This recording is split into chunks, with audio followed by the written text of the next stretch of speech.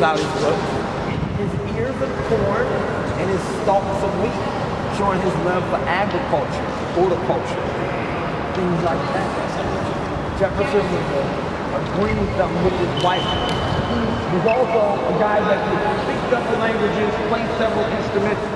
He could play the piano, his wife could play the cello. They were like two peas in a pod. Now guys, I think we can see it. If you look through the haze out there in that pinkish sky, right up on the hill is a house. Kind of have lights on it. It's faded out there. Yeah. That house is Arlington House. That's Arlington National Cemetery. That is where we have approximately 300,000 of our American war heroes interred, including 2 presidents. 27th President William Howard Taft is out there. He's the heaviest president in U.S. history. He incidentally started the 7th inning stretch in baseball. He was the first president to throw out the ceremonial opening pitch at an opening day baseball game. They say he got stuck in the bathtub at the White House, but it wasn't the White House where he got stuck in the bathtub. It was on a few cruiser ships. Taft also would be the 10th Chief Justice of the Supreme Court, and he's the only man to serve as Chief Justice of the Supreme Court and President of the United States. Also at Arlington, 35th President John F. Kennedy.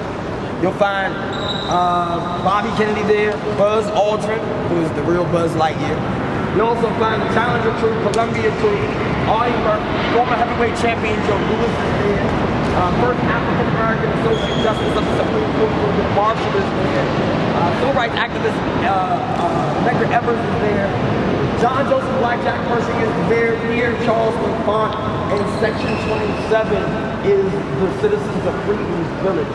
When Abraham Lincoln freed slaves with the Emancipation Proclamation, he did it in Washington, D.C. first, April 16th of 1862. On that day, 3,193 slaves were freed, but they had nowhere to go. So Abraham Lincoln turned General Robert E. Lee's property into Freedom's Village. It was the first free African-American community in the United States of America in existence from 1862 to 1900. One of its most notable the tree. The house is considered to be the mansion and memorial for General Robert E. Lee. But Lee didn't buy that house, Lee didn't build that house, and that's the property.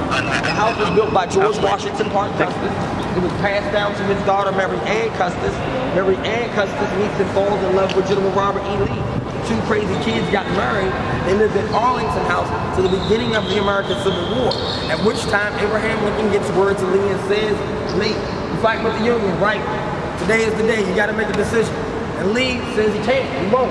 He's not gonna fight against his home state of Virginia. He'll help with everybody else, but not against Virginia. So Lincoln says, well, if you're not gonna help with the Union, you gotta get out of that house, you can't live there no more. Lee rebuttals, says, that's not my house, that's my wife's house. Her father's George Washington Parke Custis, we don't have to go anywhere. Lincoln says, yeah, you don't have to go anywhere, but the Union's gonna be in Alexandria in 48 hours. And if you're still in that house and the Union gets there when you're there, you can't hold me responsible for what happens next. Lee gets his wife out of the house into the Fairfax, Virginia. He leaves the house, abandons it, takes his position as Northern Confederate General of the Virginian Army. The Union goes up, and they turn the house into a Union encampment.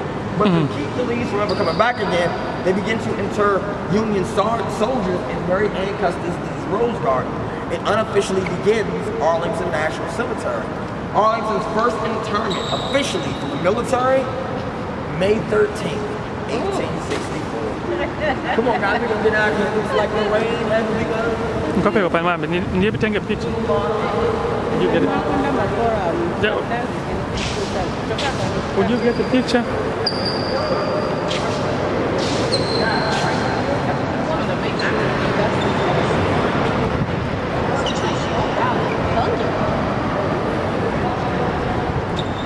And if you look at Jefferson, you can see Jefferson. Only Papa? No. Oh, okay, that's fine. Yeah, here. That's okay. Then you cover video. Okay. George Washington's name is written. With the whole sky. Is it the White House? Well, it was, but I don't know if it is now.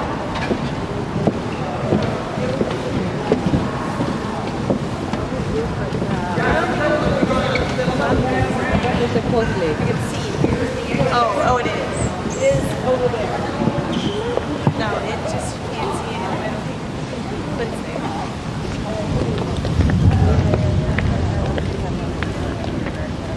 and it's raining right now. We are still visiting the monuments, the museum right here on the center.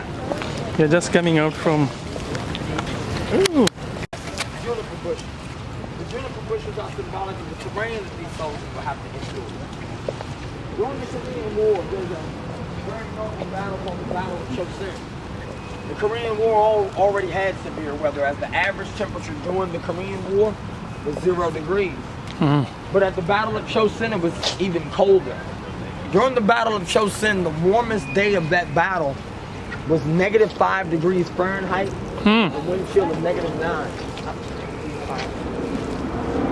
The coldest day at the Battle of Chosin was -25 degrees Fahrenheit, with a wind chill of -50. So cold, the soldiers said they had to constantly count to 10 to keep their wits about them. Over to your right is the Wall of Remembrance. More than 2,500 actual images sandblasted into this wall so that visitors can feel them. And the 19 soldiers here in the memorial reflects in the wall, becoming 38 soldiers. 38. This is Vietnam Into the 38 paramount. Memorial. Come on up, guys. Details on this face right here. Right here is an awesome photo of the guys. Oh.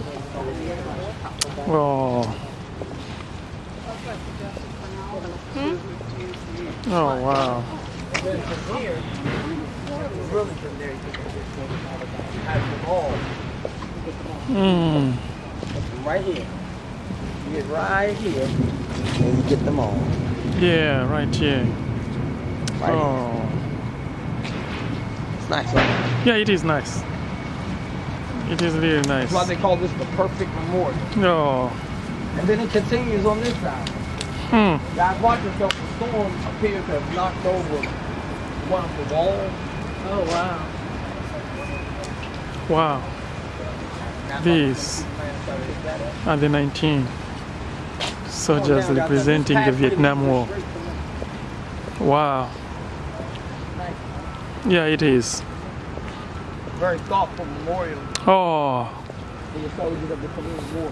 So everyone has got his friends back. Everyone is paying attention to their friend back. Yeah. So that's why no matter where you are in this memorial, Yeah. one of these soldiers, you're in their line of sight. Yes, yes, I can tell. Yeah, I can tell. Come on down, guys. Did you notice one thing? Over to your right, guys, right watching here. each other. Yeah, you got to have. That features the United Nations. All the nations are part of the United Nations. To help the United States. Park Mill slave, his name is Philip Reed. Philip Reed inspects the statue and discovers with the pulley system that there are grooves and shapes and codes at the bottom of these statues that's telling you how to put it together. So he puts the statue together and it sits dormant until January 1st, 1863, in which time they raised the statue at the top of the U.S. Capitol Dome. That is also the day that they enact the Emancipation Proclamation. And on that day, the guy who puts together the Statue of Freedom, Philip Reed, federally becomes a free man. Statue of Freedom. Wow. At the foot of the Capitol, that's Ulysses S. Grant, our 18th president. The S in Grant's name means nothing. His name is actually Hiram Ulysses Grant, but he didn't want to go to West Point with the initials HUG, and they referred to him as Private Hug. So he had no problem when the general just put an S in there in his name when they signed him up for West Point. He has the largest equestrian statue in the United States of America. He sits on his trusty warhorse Cincinnati, and Grant's eyes and Lincoln's eyes, same height level in their respective memorials. See Lincoln? Oh. They lock in the middle of the National Mall out of respect. The building with the glass rooftop over to the right is the United States Botanic Garden. That's the oldest active botanic garden anywhere in the U.S. They have a simulated rainforest in there, orchid garden, carnivorous plants, rare and endangered plants, and they're growing a piece called the corpse plant. The corpse plant blossoms once every 4.5 years, and when it does, it smells like rotting flesh. The Capitol is known for where our congressmen and women work, but they don't actually work there. They work because the Capitol, as the country grew, the congressmen outgrew the Capitol.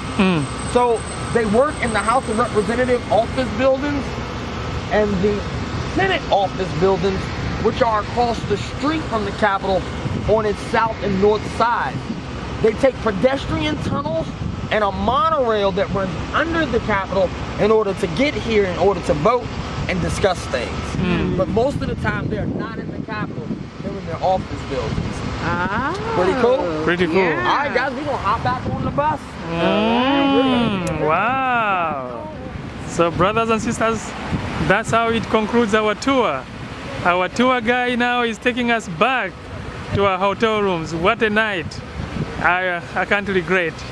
I just heard so much about this town, so much history that was unfolding tonight. I love it. Brothers and sisters, don't forget to share this video with your friends. As this is now concluding our tour, it's almost 10:30, or it's almost 10 o'clock p.m. in Washington, D.C. As you can see, people are still rolling out here with the tour. And this is our tour bus, and this is our tour guys. Brothers and sisters, welcome to my channel. And don't forget to subscribe to my channel. Share this video so that you can take other people to come and see this beautiful city with so much history. Oh my God, it's hard to observe almost everything. But then don't forget to leave a thumbs up and share this video with your friends. I love you guys. I'll see you in the next content. Bye.